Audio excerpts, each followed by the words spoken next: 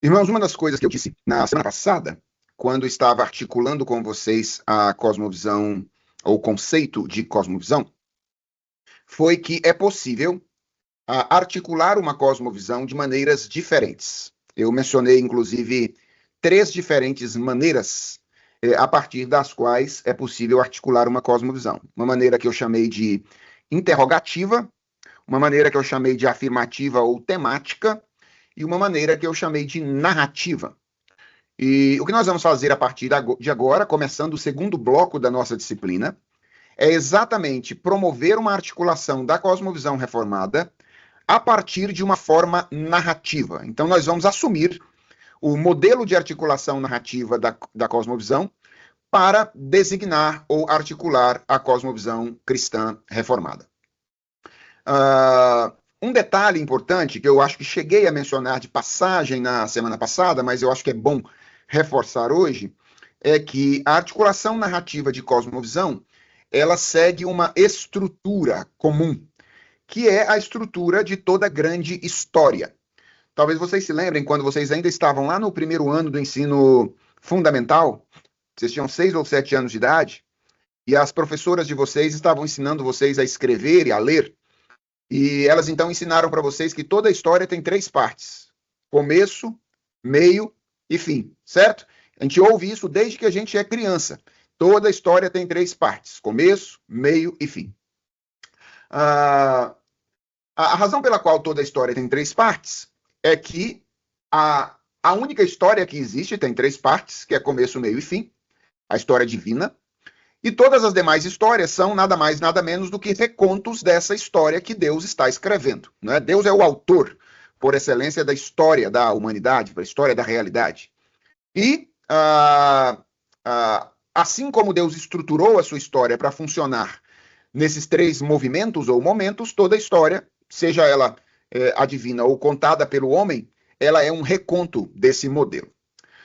Uma coisa importante é que quando nós falamos de começo e meio e fim nessa articulação narrativa de cosmovisão, nós não estamos apenas falando em um sentido temporal, mas também em um sentido lógico, certo? Quando eu falo de começo, meio e fim, eu não estou apenas me referindo ao que vem antes e o que vem depois, mas eu estou me referindo a uma ordem lógica que organiza os eventos dentro desta grande história. E essa ordem lógica tem a ver com 3 coisas basicamente. Então, nesta ordem lógica, começo tem a ver com origem e natureza da realidade, certo? Como é que tudo começou e a respeito do que a realidade é. Origem e natureza do real. É com isso que tem a ver o começo ou o início. O meio tem a ver com a fonte e a natureza das distorções do real. Ou seja, toda história que se preze tem crise, certo? Tem um problema que precisa ser resolvido. Tenta contar uma história sem queda, sem problema. E você vai perceber que ela não tem verossimilhança. Então, você conta a seguinte história, por exemplo, para o seu filho, né? Estou vendo aí que tem gente que estão com as crianças aí, ó, assistindo aula com os filhos, né? Conta para o seu filho a seguinte história. O pai de Joãozinho pediu a ele para ir à feira com R$ 10 e comprar 2 maçãs. Joãozinho foi à feira, comprou as maçãs, voltou para casa e entregou para o pai dele. A história tem graça? É óbvio que ela não tem graça. Por que ela não tem graça? Porque não tem tensão, não tem crise, não tem problema. Agora, muda a história e diz assim: o pai de Joãozinho deu R$ 10 para o Joãozinho, mandou ele ir para a feira comprar 2 maçãs. No meio do caminho, Joãozinho se encontrou com Pedrinho, que falou com o Joãozinho: que comprar fruta e maçã que nada. Vamos usar esse dinheiro que você tem do seu pai para jogar videogame. E agora você inseriu uma tensão e você está perguntando: o que Joãozinho fará diante dessa voz de tentação do seu amigo Pedrinho? E aí a vontade de ouvir a história já é outra, porque você está contando uma história que tem verossimilhança por causa da similaridade com a história divina. Então, meio tem a ver com fonte e distorções e natureza das distorções presentes na realidade. E o fim tem a ver com a fonte e a natureza da solução para essas distorções. Então, quando a gente fala em criação, queda e redenção, Nós não estamos falando apenas na maneira como a cosmovisão cristã pode ser articulada, mas nós estamos falando da maneira como estruturalmente toda e qualquer cosmovisão pode ser articulada. Porque toda e qualquer cosmovisão, ela tem uma crença sobre origem e natureza do real, afinal de contas, sobre o que é esse negócio no qual a gente vive aqui, qual é a finalidade disso tudo, por que isso existe, a que isso se destina.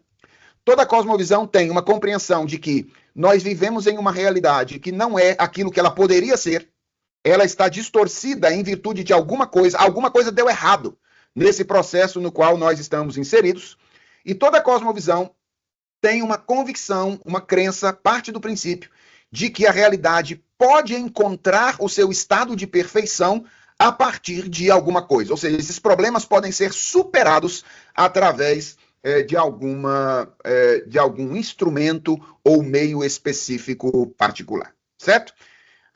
Quando nós começamos a articular a cosmovisão cristã, nós começamos então por este polo inicial que nós chamamos de polo criação. Irmãos, desde há muito tempo que os cristãos têm tentado descrever aquilo que eles creem e aquilo que dirige a vida deles neste mundo. E há muito tempo, desde há muito tempo, que diferentes iniciativas de articulação da fé cristã em termos de cosmovisão têm surgido entre os reformados. E todas elas, eu vou dizer todas elas, não são algumas delas, todas elas começam com um ponto em comum. Qual é esse ponto comum? É a sustentação da importância fundamental da doutrina da criação, certo? Vejam o que o Francis Schaeffer diz em um trecho da sua obra O Deus que se Revela. Ele diz assim: o cristianismo não começa com a ordem aceite a Cristo como seu Salvador. Ele começa com no princípio criou Deus os céus e a terra. Somente a partir deste ponto, estamos prontos para explicar a causa original de toda a perdição e a resposta para ela na morte de Cristo. Eu quero garantir que você tenha entendido o que o Francis Schaeffer está dizendo aqui.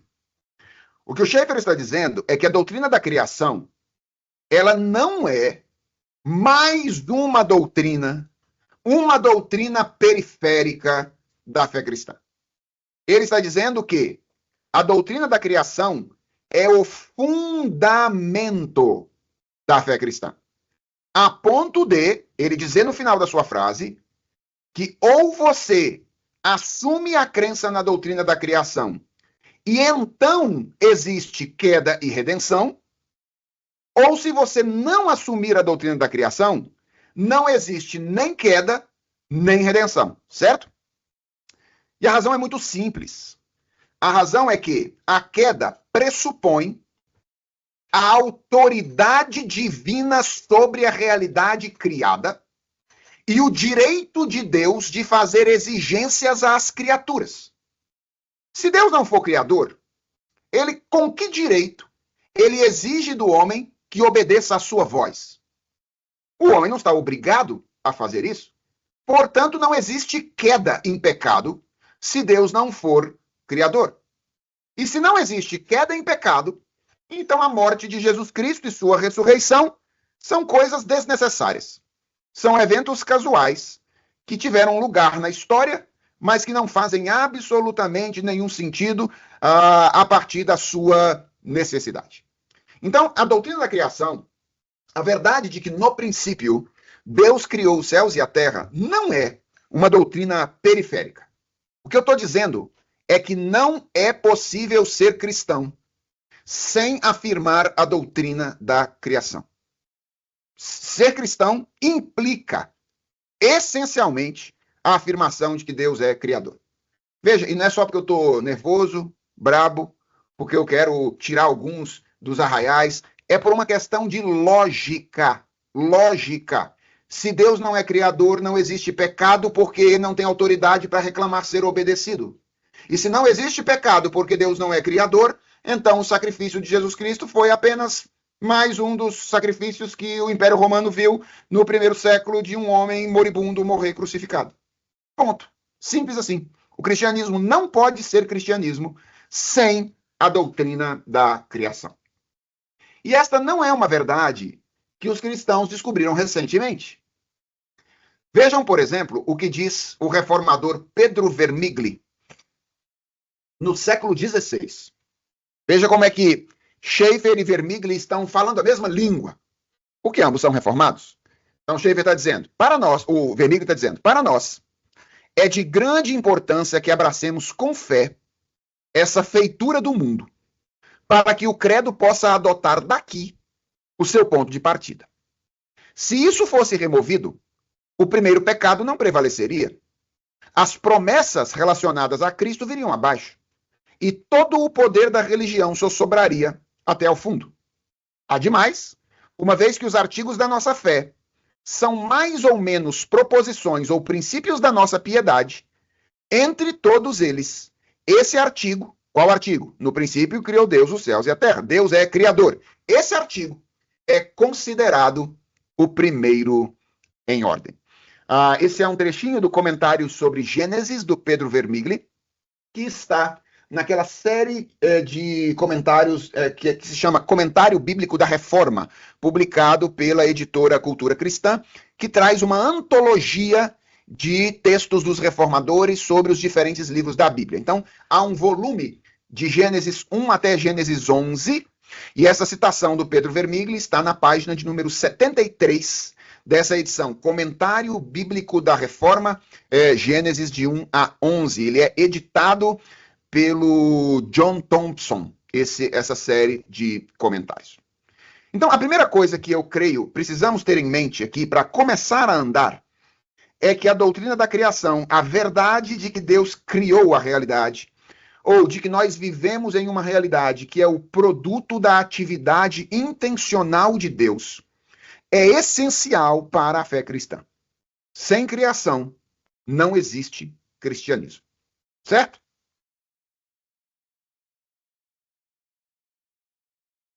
Dito isso, o que eu quero fazer com vocês hoje é discutir um pouco a aproximação que nós temos feito da narrativa ou do relato criacional para nos aproximarmos dele na próxima aula e extrairmos aquilo que eu creio precisamos extrair.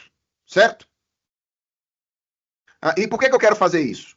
Eu quero fazer isso porque, apesar desse destaque que é atribuído pela tradição de cosmovisão à doutrina da criação, eu acredito que a nossa aproximação do relato bíblico no mundo contemporâneo, da doutrina, do relato da criação, a narrativa da criação, frequentemente se preocupa pouco ou quase nada com as contribuições dele para a nossa visão de mundo. E o que eu quero mostrar para vocês, aqui nessas aulas que nós vamos ter, a de hoje e a da semana que vem, é que me parece que o propósito fundacional ou fundamental de Gênesis 1 e 2 é exatamente estabelecer os elementos fundamentais de uma visão de mundo cristã a partir da narrativa ou do relato da criação. Então, deixe-me discutir com vocês isso a partir de agora. Eu suspeito, é apenas uma suspeita, posso estar errado, mas é o que eu tenho visto, que na maioria das vezes a nossa aproximação do relato bíblico da criação acontece com uma preocupação apologética reducionista. O que o senhor está chamando de aproximação apologética reducionista? Aquela aproximação associada à busca de respostas para determinadas curiosidades científicas. O que eu estou chamando aqui, irmãos, de tendência apologética reducionista é a tendência de ler Gênesis 1 e 2 como se Gênesis 1 e 2 fosse uma polêmica intencional e direta contra as propostas evolucionistas contemporâneas. Eu percebo que muitos de nós nos aproximamos de Gênesis 1 e 2 como se Gênesis tivesse sido escrito para responder questões tais como: quantos anos tem a Terra? Em quanto tempo exatamente, em termos de horas, minutos e segundos, Deus criou a realidade? Não é? Como é que a serpente se locomovia antes da queda, se um dos efeitos da queda foi que ela haveria de rastejar sobre o pó por causa daquilo que ela fez em relação ao homem? Então, eu suspeito que, na maioria das vezes, nós nos aproximamos do relato da criação com o objetivo de responder ou perguntas relacionadas à questão científica ou algumas perguntas relacionadas à nossa curiosidade. Vejam só, é importante dizer aqui que eu não ignoro o valor daquilo que nós buscamos em nossa aproximação mais comum. Pelo contrário, eu estou muito consciente dos prejuízos que foram causados pelo materialismo darwinista à sociedade ocidental e, mais especificamente, à Igreja de Jesus Cristo. Eu estou muito consciente dos prejuízos que o darwinismo causa. E eu acho que nós precisamos enfrentar o materialismo darwinista de maneira muito séria e contundente no ambiente acadêmico. Acho que nós precisamos fazer isso. Se você tem alguma dúvida de que o darwinismo é algo prejudicial, eu recomendo que você leia esse livro aqui, ó, Darwin Day in America, do John West, Dr. John West, como nossa política e cultura tem sido desumanizada em nome da ciência. John West é um cientista cristão norte-americano, e esse livro se tornou um livro extremamente importante, e ele mostra como várias decisões complicadíssimas de tribunais norte-americanos se basearam nas pesquisas relacionadas ao darwinismo e tomaram o darwinismo não apenas como paradigma científico, mas como visão de mundo, certo? Então, sobretudo para quem é da área do direito ou tem interesse no desenvolvimento da sociedade contemporânea, ler esse livro vai ajudar muito a perceber em casos concretos, né, casos concretos envolvendo aborto, eutanásia e etc., como o darwinismo foi usado de maneira significativa para fundamentar essas decisões. Veja só um trechinho daquilo que o John West diz no livro. Ele diz assim: no início do século passado, cientistas e políticos importantes previram irrefletidamente que a ciência, especialmente a biologia darwiniana, forneceria soluções para todos os problemas da sociedade americana, do crime à pobreza e ao desajuste sexual. Contudo, a política e a cultura foram desumanizadas na medida em que os especialistas das diversas ciências começaram a tratar os seres humanos como um pouco mais do que animais ou máquinas. Na justiça criminal, eles negaram a existência do livre-arbítrio e propuseram a substituição da punição por curas invasivas como a lobotomia. Na saúde, eles propuseram eliminar os pobres, esterilizando aqueles que são considerados biologicamente impróprios. Nos negócios, eles impulsionaram a seleção de trabalhadores com base em teorias racistas da evolução humana e o desenvolvimento de métodos publicitários capazes de manipular mais efetivamente o comportamento do consumidor. Na educação sexual, eles defenderam a criação de uma nova moralidade sexual baseada no comportamento normal dos mamíferos, sem levar em conta os imperativos éticos e religiosos de longa data. Então, eu estou trazendo aqui o John West apenas para dizer para vocês que eu estou longe de ser um darwinista, obviamente, estou longe de ser um evolucionista, eu tenho vários problemas com a teoria evolutiva. No entanto, eu preciso ser justo com a hermenêutica do texto bíblico. E eu não acredito que o texto bíblico tenha sido escrito com a finalidade primordial de ser uma polêmica com o darwinismo contemporâneo. O que eu estou dizendo, irmãos, é que, em geral, me parece que a nossa aproximação de Gênesis 1 e 2 é anacrônica. Nós projetamos em Gênesis 1 e 2 preocupações que são preocupações moderno-contemporâneas. E o problema disso é que isso nos faz perder aquilo de mais significativo, belo, útil e bom que o texto se destina a nos dar. Ou seja, quando a gente projeta o darwinismo contemporâneo, a apologética contra o darwinismo em Gênesis 1 e 2, nós cegamos os nossos olhos para a real finalidade do texto e perdemos de vistas aquilo que o texto deseja nos ensinar. Certo? Então, o meu incômodo, ele não é um incômodo com o fato de desejarmos fazer apologética e responder às nossas curiosidades. A gente tem que fazer isso. O meu incômodo é com o fato de usar o texto de Gênesis 1 e 2 como se o seu objetivo primordial fosse isso. E por que o meu incômodo é esse? Porque isso nos leva a ignorar aquelas questões que são mais importantes do relato criacional, que, na minha opinião, são aquelas relacionadas à nossa cosmovisão, à nossa visão de mundo. Certo? Então, vamos conversar um pouquinho aqui sobre algumas coisas que a gente já sabe, certo? A gente já sabe. A maioria de vocês aqui fez cursos de teologia, e mesmo que vocês que não fizeram cursos de teologia, são estudantes de teologia. E vocês sabem que um dos princípios elementares da boa hermenêutica é o de que a nossa aproximação do texto bíblico deve ser uma aproximação contextual, certo? O contexto de uma passagem bíblica fornece para nós não apenas informações importantes para a compreensão das diferentes sentenças que compõem a passagem, mas o conhecimento do contexto também nos dá a compreensão do seu propósito central, ou do seu propósito primordial, ou do propósito autoral, que deve ser determinante na nossa aproximação de uma passagem. Então, deixe-me trazer aqui um clássico da hermenêutica, o livro Princípios de Interpretação Bíblica, do Louis Berkhof, no qual ele apresenta 4 importantes pressupostos para a interpretação histórica da Bíblia. São os seguintes. Primeiro pressuposto: a palavra de Deus teve a sua origem de uma forma histórica e, consequentemente, só pode ser entendida à luz da história. Esse é o primeiro pressuposto.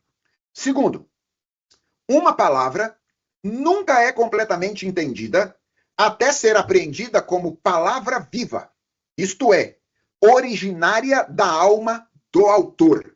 Ou seja, existe uma intenção autorial por parte ou por trás de um texto bíblico. Terceiro, é impossível entender um autor e interpretar corretamente suas palavras sem que ele seja visto à luz da sua experiência histórica. Então, você não vai conseguir entender o autor se você tirar ele do seu contexto histórico. E, por último, o lugar, o tempo, as circunstâncias e a visão prevalecentes do mundo e da vida em geral irão naturalmente alterar os escritos proibidos ou produzidos sob tais condições. Ou seja, a maneira como uma visão de mundo é estabelecida no contexto em que um texto é escrito interfere naquilo que esse texto deseja comunicar. Então, a partir desses princípios, né, desses pressupostos aí, o que o Berkhof vai estabelecer no seu livro Princípios de Interpretação Bíblica como a obrigação do intérprete bíblico. Ele vai dizer, a obrigação do intérprete bíblico é reconstruir, tanto quanto possível, a partir dos dados históricos disponíveis e com o auxílio das hipóteses históricas, o ambiente no qual os escritos particulares em consideração se originaram. Ele vai dizer, olha, você não pode entender um texto, é isso que ele está dizendo, enquanto você não reconstruir o ambiente intelectual no qual esse texto foi produzido, certo? Você não pode fazer isso. Senão você não vai entender esse texto. Além de, ele emenda, considerar as várias influências que determinaram mais diretamente o caráter dos escritos em consideração, tais como, quem eram seus leitores originais? Então, leitores originais é uma das influências que determina o caráter de um texto. Qual era o propósito que o autor tinha em mente? Certo? Quando foi que o autor escreveu esse texto? Qual era a idade dele? Ele era um sujeito maduro? Ele escreveu isso na sua juventude? Ele escreveu isso na sua maturidade? Como é que esse autor pensava? Qual era a sua estrutura mental dele e dos seus ouvintes? E quais foram as circunstâncias específicas nas quais ele escreveu esse texto? Então, você só consegue entender um texto se você tiver essas coisas em mente. Irmãos, eu tenho ficado muito preocupado com o quanto nós temos perdido de reflexão básica sobre o nosso trabalho ministerial e pastoral, sabe? Às vezes eu tenho ouvido alguns sermões assim, e eu fico me perguntando se esse trabalho foi feito. O trabalho de descobrir o que esse texto significou inicialmente para os seus primeiros ouvintes. Eu sinto que a gente é muito apressado em comunicar a palavra de Deus para os nossos ouvintes, e a gente se esquece de que a palavra de Deus ela foi escrita não diretamente para nós. Ela foi escrita secundariamente para nós. Mas ela foi escrita primariamente para o seu público original. E eu só consigo entender o sentido do texto bíblico se eu descobrir, em primeiro lugar, o que é que significava para eles. Eu tenho me esforçado para fazer esse movimento. Ultimamente, tenho pregado em minha igreja uma série de sermões no Toledote de Jacó, em Gênesis. Vai de Gênesis 25 a 35. Eu tenho exposto lá, preguei o penúltimo sermão domingo passado. O sermão naquele texto dificílimo de Gênesis 34, que é o episódio de Diná e aquele rapto e possível estupro de Siquém, da filha de Jacó, e a reação dos filhos de Jacó ao acontecido com Diná. Nossa tendência é pegar esse texto, eu estou usando isso só para exemplificar, e então tratar sobre estupro, sobre vingança. Minha pergunta é, quando Moisés escreveu este texto, qual foi a finalidade dele? Por que Moisés registrou isso? Aí eu tenho que lembrar, para quem esse texto foi escrito? Esse texto foi escrito para os descendentes de Jacó, que haviam saído do Egito, estavam em direção à Terra Prometida e iam se estabelecer como uma nação. Por que Moisés está contando a história de Jacó para eles? Tem que ter uma razão. E por que, ao contar a história de Jacó, Moisés escolheu este episódio para narrar neste lugar, depois do encontro de Jacó com Esaú, a essas pessoas? Se eu não conseguir responder a esta pergunta, não é a palavra de Deus que eu vou pregar. Eu vou pregar as minhas ideias sobre o que eu acho que a palavra de Deus diz sobre o tema X ou Y ou Z. Porque quando Deus inspirou a palavra, ele inspirou Moisés a escrever para este povo neste contexto e conjuntura. Então, eu primeiro preciso responder essa pergunta, para então dizer agora o que isso significa para outros ouvintes em outra conjuntura diferente daquela conjuntura original. Por isso que pregar é um negócio difícil, né? O John Stott dizia que pregar é construir uma ponte entre dois mundos. O mundo da Bíblia e o mundo dos nossos ouvintes. Então, eu tenho ficado preocupado, assim. Às vezes eu ouço alguns sermões e eu falo, será que a palavra de Deus foi pregada mesmo? Ou foi aquilo que eu queria dizer sobre alguma coisa, que eu então encontrei um texto e acho que esse texto vai me ajudar a dizer aquilo que eu queria dizer? Percebe? E é por isso que eu gosto da lectio continua, que é aquela prática da exposição sequencial de textos bíblicos. Porque ela, já de ponto de partida, não é que ela evita completamente, mas pelo menos ela não te coloca na escolha daquilo que você vai dizer. O texto já está lá, e você tem que tomá-lo para expô-lo em uma determinada ocasião. Mas aqui a gente está fazendo digressões que elas seriam mais apropriadas para uma aula de pregação. Eu vou deixar que o Dario lide com vocês sobre essas coisas específicas aí. O meu ponto é como é que a gente tem que ler Gênesis 1 e 2, certo? Esse é o meu ponto. Afinal, nós estamos lidando com a doutrina da criação e o impacto do relato da criação para essa doutrina e suas aplicações. Bem, a primeira coisa que a gente tem que lembrar, irmãos, é que o contexto do Gênesis é o Êxodo, certo? O contexto do Gênesis é o Êxodo. É a saída do povo hebreu do cativeiro egípcio, onde o povo hebreu permanecera escravizado por cerca de 400 anos. Quem está recebendo Gênesis 1 e 2 são os hebreus que ficaram escravizados por 400 anos no Egito. Ao longo de todos esses anos, os hebreus não ficaram isentos de explicações com respeito às origens. Muito pelo contrário. Eles tinham estado submetidos a diversos relatos alternativos de origem, a cosmogonias pagãs, que apesar da permanência do verdadeiro relato criacional através da tradição oral, ou seja, eu não acredito que os hebreus desconheciam completamente essas coisas que Moisés narra em Gênesis 1 e 2. Moisés as conhecia, certamente elas passaram de tradição familiar ao longo dos anos, né, e das eras.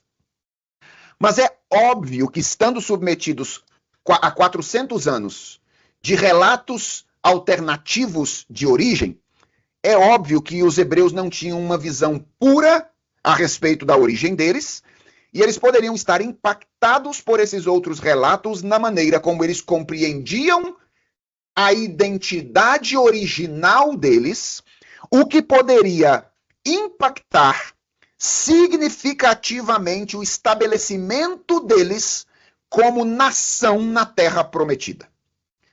Toda nação tem um mito de origem, certo? Toda nação tem um mito de origem. Não existe nenhuma nação que não seja dirigida de alguma maneira pela sua compreensão de identidade original. E é óbvio que Deus está preocupado com o tipo de sociedade que o povo de Israel estabelecerá e criará ao se estabelecer como nação no contexto da Terra Prometida. E aí eu quero lembrar a vocês algumas coisas que eram características das cosmogonias pagãs às quais o povo de Israel havia ficado submetido. As principais eram a babilônica, então tinha a cosmogonia babilônica e a cosmogonia egípcia. Eram duas cosmogonias importantíssimas que haviam certamente influenciado a mentalidade do povo de Israel. Então, se vocês quiserem ler alguma coisa sobre isso em fonte primária, procurem, por exemplo, o Enuma Elish. Enuma Elish. Ou procurem a Epopeia de Gilgamesh. São textos antigos, babilônicos, egípcios, que narravam a origem da realidade. Todas essas cosmogonias pagãs, elas eram politeístas. E elas concebiam o universo e o homem como resultados da ação de múltiplos deuses. Na maioria dessas cosmogonias, irmãos, a origem do universo estava relacionada a uma batalha ou a uma guerra entre deuses diferentes. Por exemplo, Enuma Elish, que é a cosmogonia babilônica, narra o universo sendo formado de uma batalha entre um deus ligado ao princípio masculino, chamado Marduk, ligado também à terra, e uma deusa ligada ao princípio feminino, mais relacionada às águas, chamada Tiamat. Marduk e Tiamat. Quem está acostumado com mangá, né, talvez não se assuste com a terminologia, porque esses nomes de divindades babilônicas aparecem o tempo inteiro em desenhos animados contemporâneos. Então, a realidade, ou o universo, teria sido formado por meio de uma batalha entre Marduk e Tiamat. Em algumas dessas cosmogonias, o surgimento do homem está relacionado à necessidade de realizar atividades que os deuses consideravam indignas. Por exemplo, no caso da cosmogonia babilônica, os deuses querem construir uma cidade e os deuses precisam comer, mas eles se acham indignos demais para sujar as mãos construindo uma cidade e para dar de comer a si mesmos. Então, eles criam os homens com a finalidade dupla de que os homens dessem de comer aos deuses e de que os homens construíssem esta cidade, que é a cidade da Babilônia. Agora, pensem comigo aqui. Que tipo de sociedade tenderia a surgir de uma cosmovisão que naturalizava o conflito, a ponto de conceber a própria origem da realidade nos termos de um. Que tipo de sociedade nasceria daí? Ou, que fundamento para a dignidade humana existiria em uma sociedade que concebe os seres humanos como seres inferiores criados para realizar o trabalho sujo que os deuses não queriam realizar? Que tipo de sociedade o povo de Israel construiria em Canaã se ele levasse para a sua construção esses princípios elementares a respeito da origem da realidade? Gênesis 1 é uma declaração deliberada da visão hebraica da criação em oposição a visões rivais, certo? Atenção ao que eu vou dizer agora. Gênesis 1 é um texto apologético, sim. Gênesis 1 é um texto polêmico, sim. Mas a polêmica de Gênesis 1 não é com o darwinismo que nasceu há 150 anos atrás. A polêmica de Gênesis 1 é com as cosmogonias pagãs que estavam presentes no Egito Antigo, quando o povo de Israel foi libertado e se estabeleceu na Terra Prometida. Então, quem são os companheiros de diálogo de Moisés? Esse é meu ponto. Moisés está conversando com quem quando escreve Gênesis 1 e 2? Não é com Darwin, meus irmãos. Não é com a ciência moderna ou com a ciência contemporânea. Moisés está conversando com Enuma Elish. Moisés está conversando com a epopeia de Gilgamesh. Moisés está conversando com os textos cosmogônicos do Antigo Oriente Próximo. E qual é o objetivo primordial do texto de Gênesis 1 e 2? É oferecer uma narrativa confiável das origens, em polêmica com essas cosmogonias mais influentes no período, visando o quê? A purificação da visão de mundo do povo hebreu, tendo em vista finalmente o quê? O seu estabelecimento como nação na Terra Prometida. Gênesis 1 e 2 é isso. É uma narrativa confiável das origens, em polêmica com as cosmogonias pagãs mais influentes no período, visando a purificação da visão de mundo do povo hebreu, tendo em vista o seu estabelecimento como nação na Terra Prometida. Vejam o que um dos principais comentaristas de Gênesis, Bruce Waltke, nós temos o comentário de Bruce Waltke traduzido pela Cultura Cristã, diz a respeito disso. Ele diz: a esplêndida educação de Moisés, os dons espirituais excepcionais e a vocação divina singularmente o qualificaram para compor o conteúdo e formas essenciais de Gênesis e do Pentateuco. Walter Eichhardt, que escreveu uma teologia clássica do Antigo Testamento, discute que Moisés é mais bem descrito como fundador da teocracia para trazer ao mundo uma nova ordem. Como tal, Moisés necessariamente teria dado a Israel os primórdios de sua história, significado e destino, bem como suas leis. Toda política e ou comunidade religiosa deve ter um memorial de sua história que a defina e a distinga. Gênesis também registra as origens das nações que são destinadas a estar sob o domínio de Israel, por exemplo, no capítulo 10. Além do mais, a narrativa histórica de Gênesis, reiterada e enfaticamente, explica que o Deus de Israel, o Deus da criação e o Senhor da história, convocou Israel a tomar posse de Canaã e, sobre essa base, a abençoar as nações. Finalmente, ela também prediz o futuro das tribos, com base em sua história pregressa, por exemplo, no capítulo 49. Em suma, o fundador de Israel é a pessoa mais provável para transpor seu repositório nacional de tradições antigas para uma história coerente, a fim de definir a nação e sua missão. Sua nobre visão incita a imaginação e conclama seu auditório a dispor-se em conformidade com essa memória. Qual é o ponto do Bruce Waltke aqui? O ponto dele é Gênesis é a certidão de nascimento do povo de Israel. É isso. Ele foi escrito para dizer de onde vocês vieram, o que vocês estão fazendo aqui e o que é esperado de vocês daquele que vos trouxe à existência. E qual é meu ponto? Meu ponto, irmãos, é que quando a gente se esquece disso e se envolve com o texto de Gênesis como se ele fosse uma polêmica em relação ao darwinismo contemporâneo, e aí a gente fica discutindo, são 7 dias, são 7 dias sequenciais, era 24 horas, não era 24 horas, a Terra tem 6 mil anos ou tem bilhões de anos. Eu confesso a vocês, todas as vezes que a gente tenta interpretar isso à luz do Gênesis, nós estamos usando o texto para algo que o texto não se dispõe a fazer. O texto não foi escrito para isso. O texto foi escrito para dizer a Israel quem ele é, o que ele está fazendo lá, o que Deus espera dele e, obviamente, por implicação, o que é que somos nós, o que é que nós estamos fazendo aqui e o que é que Deus espera de nós. Então, o meu ponto é que a nossa aproximação do relato criacional, ela precisa, para ser justa e honesta, ser determinada por este contexto.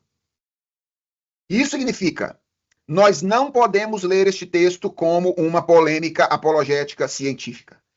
Nós precisamos ler esse texto como o texto que deseja fincar as estacas mais fundamentais da nossa experiência no mundo.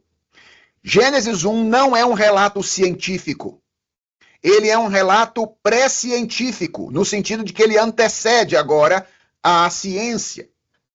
E se alguém imaginar, atenção a isso, é muito importante, que isso significa menor abrangência e menor autoridade, você precisa com urgência rever o seu conceito de ciência, certo? Porque a ciência contemporânea é construto temporário e particular. É construto temporário. O que eu estou dizendo é exatamente o contrário. O que eu estou dizendo é que Gênesis 1 e 2 é mais abrangente e mais autoritativo do que nós costumamos imaginar. Ok? Então, veja só, tem polêmica em Gênesis 1? Tem. Mas é com quem? É com aquele povo lá que dizia, o mundo nasceu de uma briga entre dois deuses, o deus da terra e o deus da água.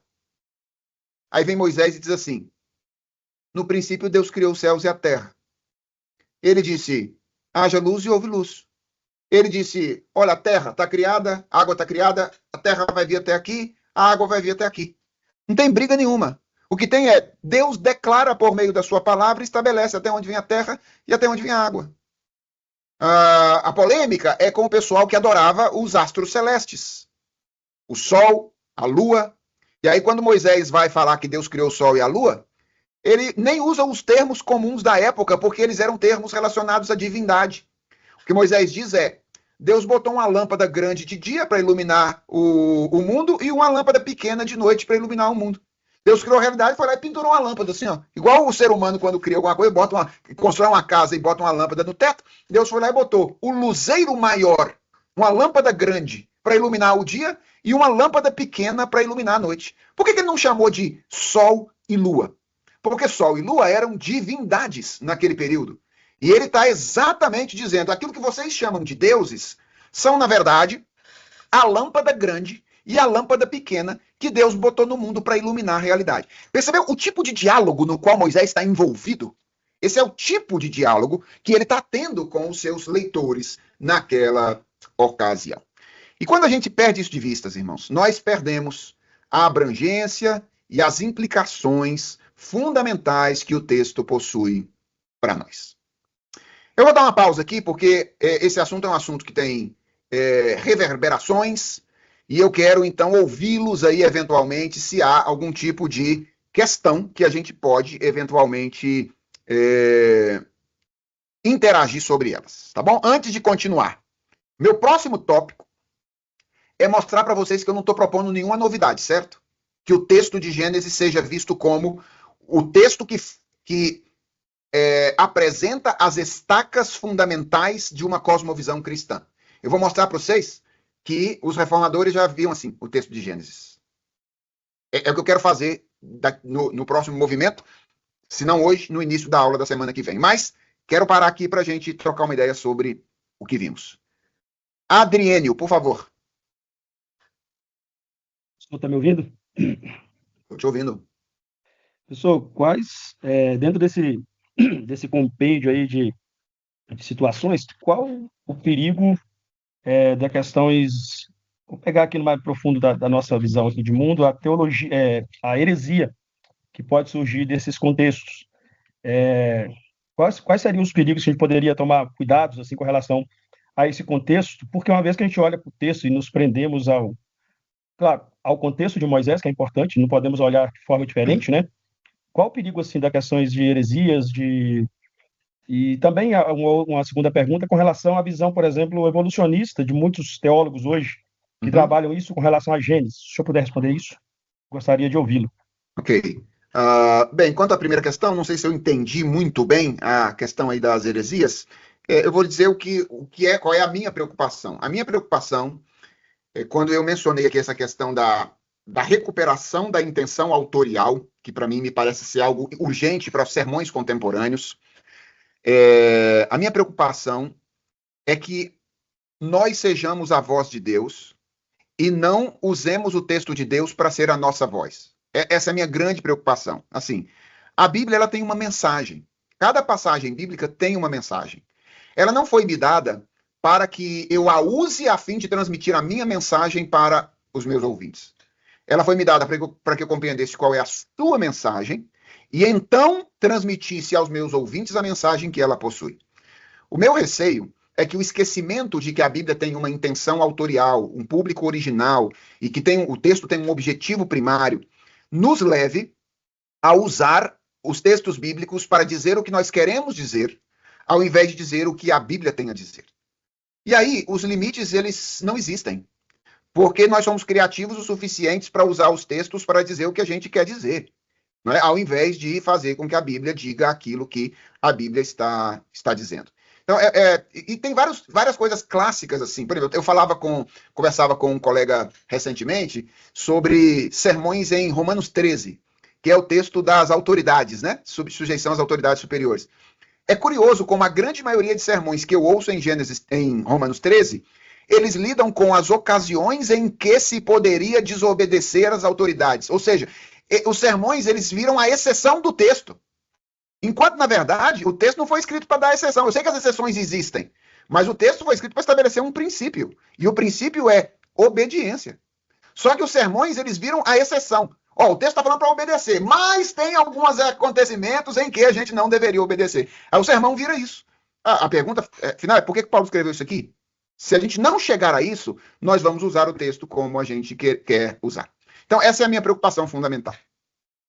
Quanto à questão da viabilidade ou não de uma harmonia da teoria evolutiva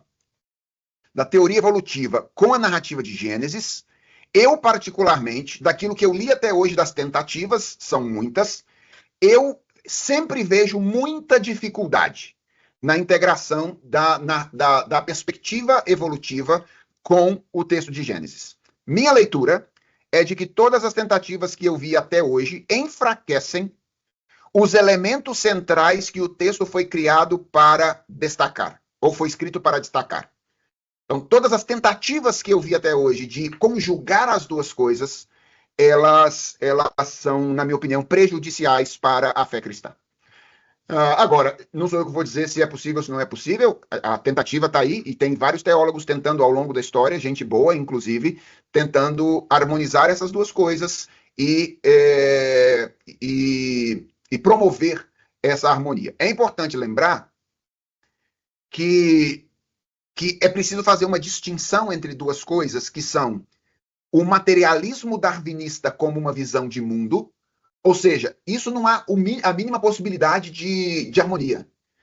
O darwinismo, per si, enquanto cosmovisão, é materialista. E materialismo e criacionismo, consequentemente cristianismo, são como água e óleo, não podem se misturar. Mais uma vez, não é porque eu não quero, é porque é irracional. O cristianismo ou o criacionismo diz que a realidade teve origem a partir do ato intencional de um Deus pessoal. O materialismo diz que a matéria sempre existiu, Então, são duas coisas incongruentes. Não dá para ser darwinista em termos de cosmovisão e cristão ao mesmo tempo. O que alguns cristãos dizem ser possível é harmonizar o mecanismo de. Volta. É harmonizar o uso do mecanismo evolutivo para a diferenciação de espécies com o relato da criação. Isso é o que alguns cristãos dizem que dá para harmonizar. Minha leitura, eu acho que toda tentativa feita até hoje enfraquece os elementos de singularidade que o texto do Gênesis se propõe a estabelecer. Essa é a minha leitura como teólogo até hoje, estudando as coisas até aqui. Tá bom?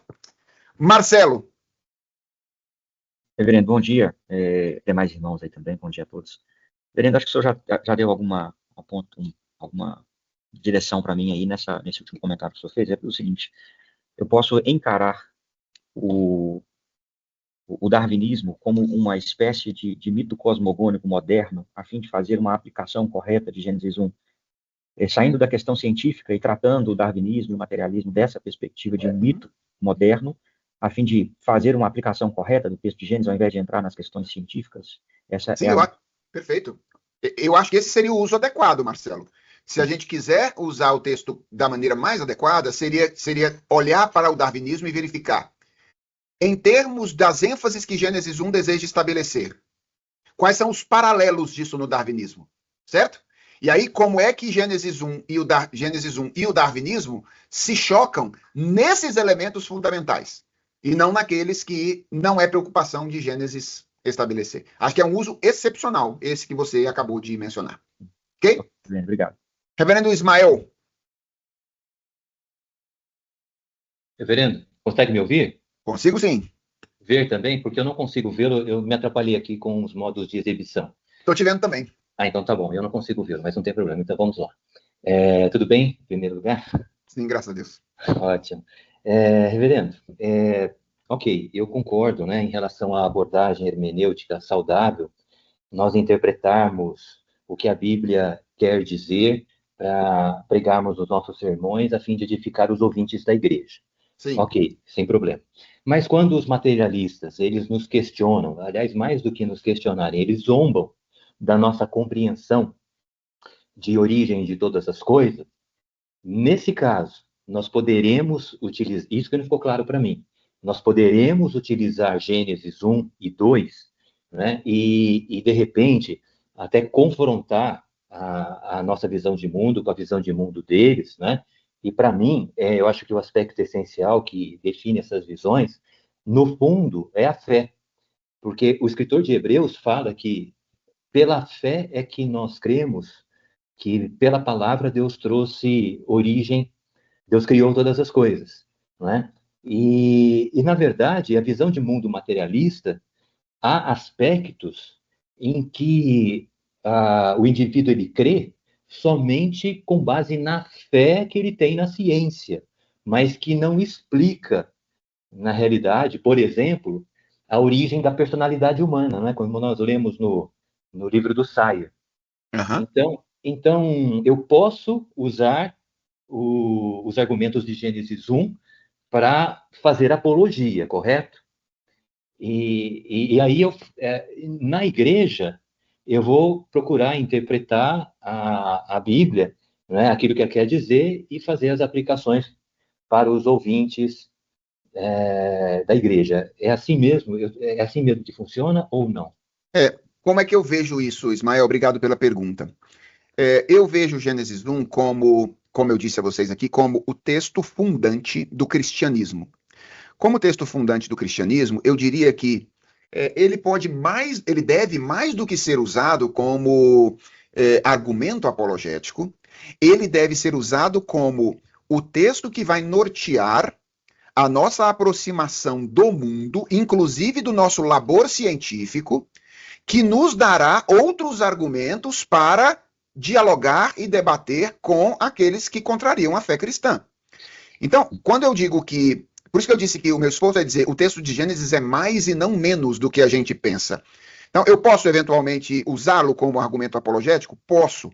Mas eu não acho que isto seja que ele tenha sido escrito exclusivamente e principalmente para isso.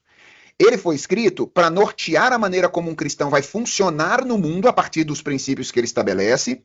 Eu acho que ele vai dirigir o cristão para uma abordagem científica, filosófica, cosmovisional e diferente.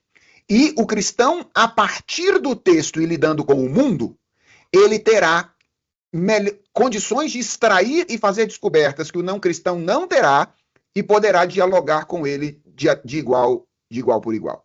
Então, o meu ponto quando eu digo isso, reverendo, é mais ou menos dizer o seguinte: tem gente que quer resolver o problema da datação da origem da Terra com base nas genealogias de Gênesis. Eu acho que isso é um erro. Eu acho que isso é um equívoco. Por que eu acho que isso é um equívoco? Porque as genealogias de Gênesis não foram dadas com este propósito. E as palavras nas genealogias de Gênesis, pai, avô, elas não são usadas no seu sentido literal sempre. Elas não são usadas primeira geração a sempre. Às vezes Jacó é chamado de filho de Abraão, embora ele seja filho de Isaac. Então, o texto está muito mais interessado na linhagem judaica e dizer, olha, vocês têm uma descendência pura, do que propriamente em contar as gerações. Então, eu acho que é um equívoco da perspectiva hermenêutica fazer contas nas genealogias e chegar à conclusão de que o universo tem 6.000 anos. Eu acho que isso é um equívoco hermenêutico. Então, eu acho que seria um argumento apologético frágil, ruim. Defender a juventude da Terra com base nas genealogias do Gênesis. Então, se você perguntar, você acha que a Bíblia nos permite dizer quantos anos tem a Terra? Eu acho que não. Eu acho que a Bíblia é muito categórica no fato de que a realidade é criada por Deus. Agora, quantos anos tem a Terra? Me parece ser uma tarefa da ciência científica resolver, e ela só resolverá corretamente o dia que ela se sujeitar aos princípios da revelação bíblica, ao invés de continuar sendo feita na apostasia e na negação dos princípios desta revelação. Me fiz claro? Fez, reverendo. Às vezes eu vou tentar digerir, na verdade, tudo isso que o senhor está nos ensinando nessa manhã, porque me passou pela cabeça que, de repente, os nossos argumentos contra estes materialistas se enfraquecem quando nós não conseguimos ter um posicionamento mais objetivo nesses pontos. Por exemplo, a questão da datação mencionada. Então, é só isso, mas o que o senhor falou é absolutamente lógico, né? E é claro que vai exigir de mim muito mais para digerir essa questão e ser, acredito, eficaz para poder ser um bom apologeta dessas questões. Beleza, esse é um desafio mesmo. Para mim também tem sido, cara, um desafio enorme. Eu tenho lido muito sobre essas questões e eu entendo o receio, eu entendo o temor. Mas eu confesso a você que eu não acho que os nossos argumentos se enfraquecem quando a gente, minha leitura tem sido assim, quando nós nos apegamos ao que é central. Ou seja, o que me parece muito central em Gênesis 1? Me parece muito central que tudo o que existe, absolutamente tudo o que existe, eu vou mostrar isso para vocês depois, como é que eu vejo isso no texto, foi trazido à existência por um Deus pessoal, que atribui a cada uma das coisas o seu sentido e o seu significado. Então, veja só como é que isso parece muito central em Gênesis 1. Deus criou todas as coisas e todas as coisas derivam de Deus o seu significado. Isso é muito mais importante do que saber se elas foram criadas há 6.000 anos atrás, ou há 12.000 anos atrás, ou há milhões de anos atrás. Porque, no final das contas, o que vai determinar a maneira como nós vamos reagir às coisas é o sentido delas está dado ou sou eu quem dou, como diz a sociedade contemporânea. E olha como a Bíblia é muito, muito taxativa em dizer, quando Deus disse, haja luz, ou seja, ele chamou algo pelo nome antes de algo ser. Nome é sentido, é significado. E aí o texto continua dizendo, e houve luz. E o que veio à existência foi exatamente aquilo que Deus nomeou antes de ser. Olha o que o texto de Gênesis está dizendo para nós. Deus chama as coisas pelo nome antes delas existirem, e quando elas vêm à existência, elas são exatamente aquilo que Deus as chamou pelo nome. Ou seja, o processo de significação e de sentido não é um processo que o ser humano atribui. Em outras palavras, olha o que o texto de Gênesis foi escrito para dizer para nós. Não é você que diz o que as coisas são. Quem diz o que as coisas são é Deus. O sentido das coisas extrapola e antecede a sua existência. Então, quem é você para dizer que vai estabelecer o propósito da sua vida, vai viver do jeito que você quer? Entende? Percebe como é que tem coisas bem anteriores que estão sendo fincadas por Gênesis de alguma maneira ali. Mas posso indicar depois mais literatura, inclusive, para aprofundarmos essa questão que é tão essencial e polêmica. Tá bom? Obrigado, reverendo. Valeu. Márcio Santos. Olá, reverendo. Não sei se o Obrigado. senhor consegue me ver. Tô vendo você não, cara. Você tá apagado aí. Eu tô com um problema na câmera, já tentei várias vezes, não consegui resolver. Até sair da aula e voltei, mas não deu certo. Mas estamos te ouvindo. Minha pergunta é a seguinte: o senhor falou que não tem limite para a interpretação que se pode fazer de Gênesis 1 e 2, mas aí eu fiquei na dúvida. Qual seria o limite, então, da manutenção de uma cosmovisão cristã coerente, quando eu, por exemplo, abordo Gênesis de forma poética ou alegórica, ou até o uso de uma abordagem ligada ao evoteísmo, e ainda assim, qual o limite que eu posso utilizar dessas abordagens e ainda assim ser coerente a uma cosmovisão cristã, sendo fiel ao propósito da escrita do Gênesis? Márcio, então, essa é a pergunta da minha vida, certo? O que você está fazendo aí é a pergunta da minha vida. Não é a pergunta que eu teria pronta para responder. E o que eu vou fazer com vocês na semana que vem é exatamente apresentar e colocar a teste algumas das minhas conclusões quanto a isso. É isso aí. Essa é a aula. Mas eu acho que essa é a maneira de interpretar. Eu acho que é isso que Gênesis faz. Gênesis 1 e 2 estão lá para dizer, olha, isso aqui é o fundamento do cristianismo. Se você rejeitar essas coisas aqui, então você está perdido. Você já está caminhando em terreno movediço. Então, eu vou dar um exemplo. Eu disse aqui que todas as narrativas, todas as tentativas de harmonização do paradigma evolutivo com Gênesis 1 e 2, para mim, enfraquecem aspectos centrais. Eu vou dizer um aspecto que para mim é muito claro no texto de Gênesis 1 e que é enfraquecido. É a distinção criacional do ser humano. Gênesis 1 é muito claro nisso, cara. Todos os animais, eles são criados conforme a sua espécie, conforme a sua espécie, conforme a sua espécie, conforme a sua espécie, conforme a sua espécie. Aí chega no homem, o homem é criado à imagem e semelhança de Deus. O que esse texto está lá, esse monte de repetição está ali, fazendo o quê? Para depois estabelecer esse contraste radical, esse corte radical. Esse texto está ali para dizer o seguinte: não pega esse ser que foi criado no sexto dia aqui, né, e junta com esses como se fosse igual, não. Ele é completamente distinto. Na minha opinião, o que o paradigma evolutivo e a tentativa de harmonização faz? Aproxima ao invés de distinguir. Então, é por isso que eu acho que ele enfraquece o que o texto de Gênesis está querendo dizer. Mas, na semana que vem, eu vou apontar exatamente quais são alguns dos aspectos que, para mim, são as estacas fundamentais, que, se forem prejudicadas, o cristianismo perde a sua força, o seu poder, e quem o defende começa a se distanciar daquilo que, para mim, seria uma visão de mundo cristã. Tá bom? Tá bom. Obrigado, reverendo. Valeu. Próximo é... Quem é? É Marcelo de novo ou Marcelo não... Ah, não, é o Marcelo Ramos agora. Sim. Bom dia, Marcelo professor, Ramos é um atacante do Cruzeiro, né? Inclusive, eu estou aqui, ó, bem representado. Pois é. O senhor está me ouvindo bem? Estou te ouvindo. Professor, desculpa, está me ouvindo bem? Estou te ouvindo. Ok. Você não deve lembrar, não, mas nós somos conterrâneos, eu também sou de Governador Valadares, e nós já até jogamos bola junto. O senhor era da Filadélfia, eu era da Primeira. Mas, coisa professor, boa. É o seguinte, circunstancialmente, nós recebemos, eu estou em Recife, vai fazer 15 anos, o cientista cristão Marcos Eberlin, aqui em Recife, nesse final de semana, e que nos trouxe várias ponderações a partir à luz da ciência e da interpretação cristã que ele propõe.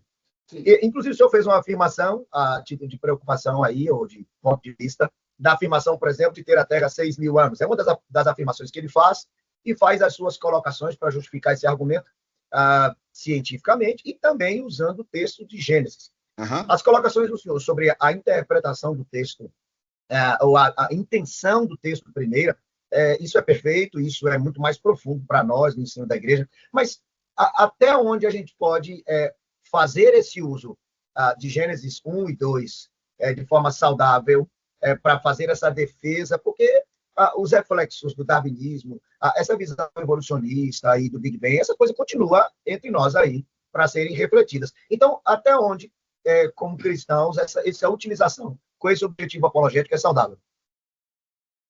Vamos lá. Até onde nós não ferirmos as intenções do texto bíblico.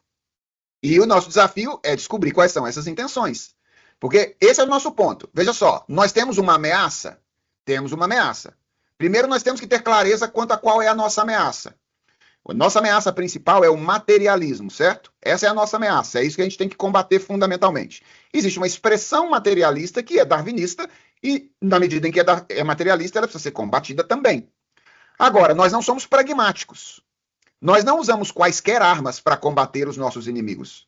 Nós usamos as armas que são legítimas.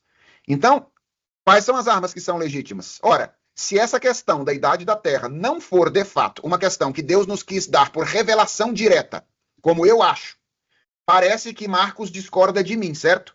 Parece que ele entende que a Bíblia foi escrita, dentre outras razões, para dizer quantos anos a Terra tem. Eu discordo dele nesse ponto. Nós podemos continuar conversando, mas acho que, teologicamente, lidando com o texto bíblico, não é possível fazer essa afirmação. Isso não significa que eu discorde necessariamente de que a Terra seja jovem. Eu não tenho nenhum problema com que a Terra seja jovem. Agora, os meus argumentos para a Terra jovem não virão inicialmente da Escritura. Virão da minha aproximação científica. Então, eu entendo que as armas que nós precisamos usar são as armas legítimas. Se Deus não tiver desejado nos revelar isso na Bíblia, então nós não podemos usar a Bíblia para combater isso. Nós precisamos usar as descobertas científicas com a finalidade de combater essas descobertas ou essas afirmações que são feitas pelo materialismo. Então, eu não tenho como te dar uma linha de corte, mas o que eu diria, de maneira geral, o texto bíblico deve ser usado sempre de acordo com as suas intenções primárias e originais, certo? E não tenho medo disso. Por quê? Eu tinha um professor no seminário, o reverendo Sebastião Arruda, que dizia que é inconcebível que a verdade tenha mais argumentos, que a mentira tenha mais argumentos do que a verdade, certo? Então, não se preocupe com isso. Se de fato o universo tiver 6.000 anos, isso será... haverá muitas evidências disso aí o suficiente para a gente lidar com essa questão, certo? E eu acho que essa é uma questão que não deveria, a princípio, nos dividir. Essa exclusivamente. Eu acho que tem 6.000 anos. Não, eu acho que tem mais. Então você não é meu irmão porque você acha que tem mais de 6.000 anos.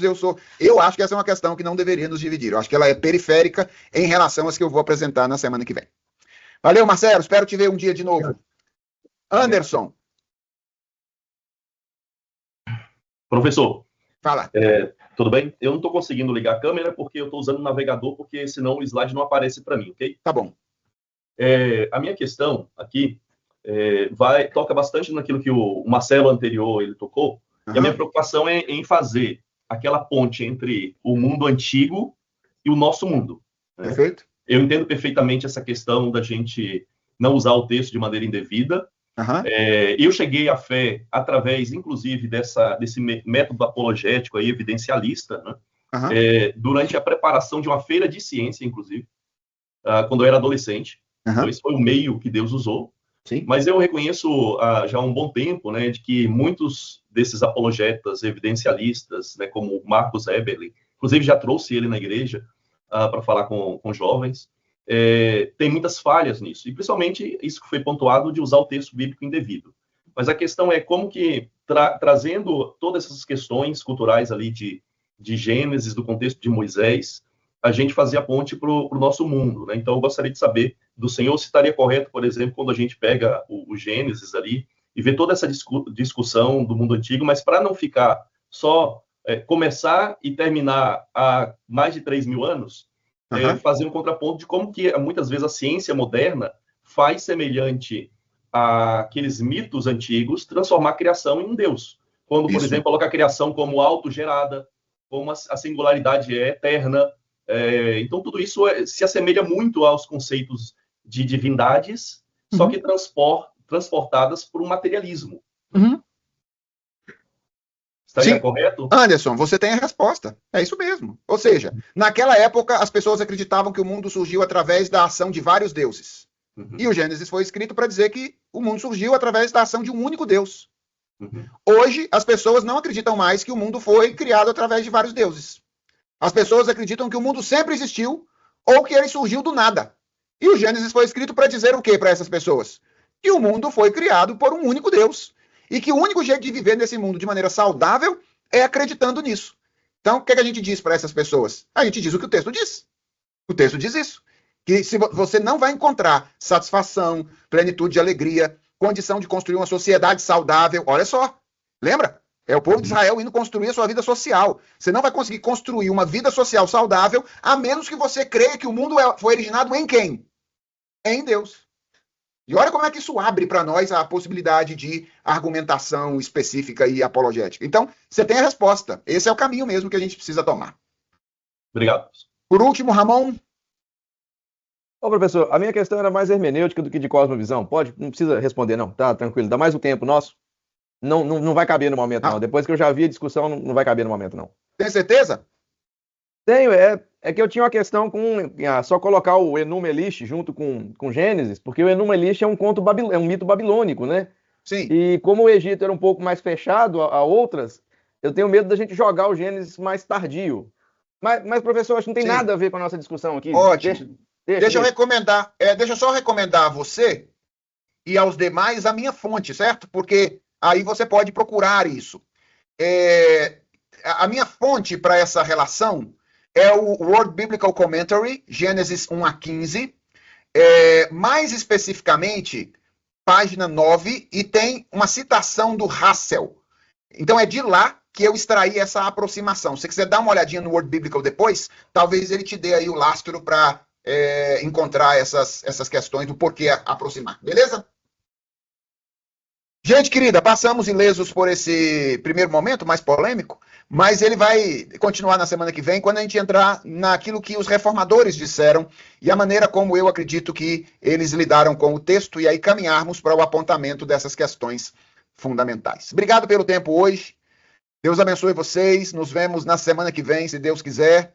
Vou abrir a prova hoje à tarde, hein? Quem quiser fazer, fique à vontade para fazer a partir de hoje à tarde. Abraço, gente. Fiquem com Deus. Tchau, tchau. Professor, qual que é o limite da prova? Tchau, tchau. Abraço, boa aula. Excelente aula.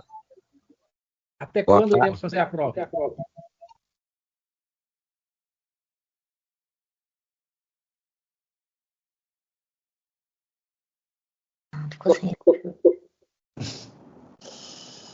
Deus abençoe na prova, meus irmãos. Uma boa tarde.